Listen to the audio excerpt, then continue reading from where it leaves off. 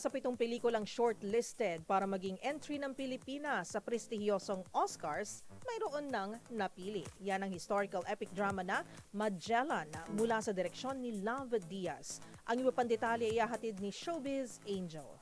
Napili bilang entry ng Pilipinas sa prestihiyosong Oscars ang historical film na Magellan. Ito ang inanunsyo sa pagbubukas ng Philippine Film Industry Month ng Film Development Council of the Philippines o FDCP.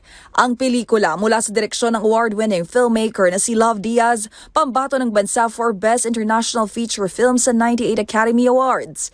Tungkol ito sa ekspedisyon ng Portuguese explorer na si Ferdinand Magellan na ginampanan ni Gael Garcia Bernal at sa kanyang paglalayag sa Pilipinas.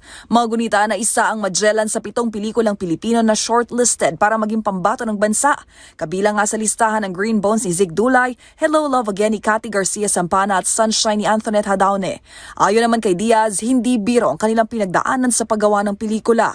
Ang direktor, tinamanaan niya ng tuberculosis noong nagsushoot, pero tila hindi ito naging hadlang para matapos ang proyekto na para kay Diaz, nagsisilbing paalala na magbalik tanaw sa nakaraan upang makahakbang ang ating bayan. Bukod naman sa ganda ng pelikula, international appeal at ability to campaign anya ang ilan sa mga naging batayan sa pagpili ayon sa chairman ng FDCP na si Jose Javier Reyes.